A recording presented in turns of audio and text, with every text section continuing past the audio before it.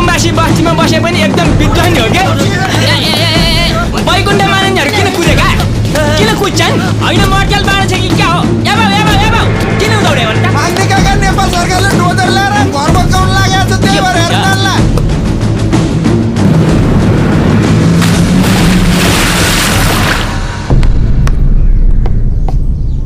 सुकुम्बासी बस्तीमा डोजर लाउनु ला भनेर बुझ्नु नसुन्नु कुद्या खान् के हार्नुपर्छ थाहा छैन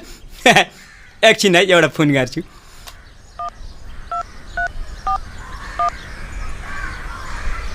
मन्त्रीज्यू नमस्कार यहाँ हाम्रो बस्ती भत्काउनु भन्दा डोजर आइरहेको छ त्यसका बाजे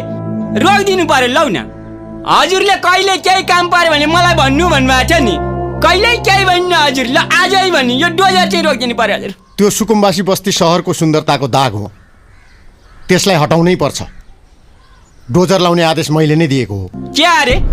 तपाईलाई हिजो सत्तामा पुर्याउनका लागि जुलुसमा जाने ढुङ्गा हान्ने राको बोक्ने सबै मान्छेहरू यही बस्तीका थिए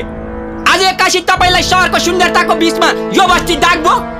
भित्तामा शहीदका फोटाहरू हेर्नुहोस् सबभन्दा बढी फोटा त यही बस्तीका मान्छेका छन् यस मामलामा म केही पनि गर्न सक्दिनँ सरी ठक्क राजनीति जाउँ हिँड जाउँ यहाँ यस्तो समस्या भइरहेछ जाउँ नभन्नु न तपाईँको त माथिसम्म पावर छ नि लौ न मिलाउन केही गरेर सरी बस्ती त भत्किन्छ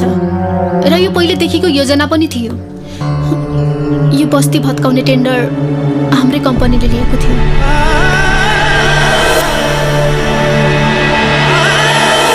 त्यसैले अब सेन्टिमेन्टल भएर काम छैन जाउँ हिँड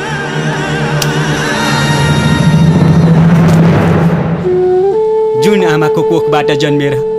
हुर्के बढे आज तिनै आमालाई आपत पर्दा सुकिली स्वास्नी पाए भन्दैमा त्यसैको फरिया समातेर जानी खालको माग्ने होइन यो तपाईँलाई यो बस्ती गनाउँछ तर मलाई मग मग बास्न आउँछ किनभने हिजोको दर्के झरी र टन्टेलापुर घाममा टाउको लुकाउने ठाउँ कहीँ पाएको थिइनँ मैले यही एउटा ठाउँ थियो आज यही बस्ती सङ्कटमा परेको देख्दा देख्दै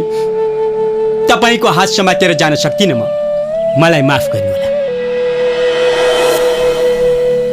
धेरै जिद्दी नगर यहाँ जे पनि हुन सक्छ जेसुकै होस् अब मलाई मतलब भएन म जाँदैछु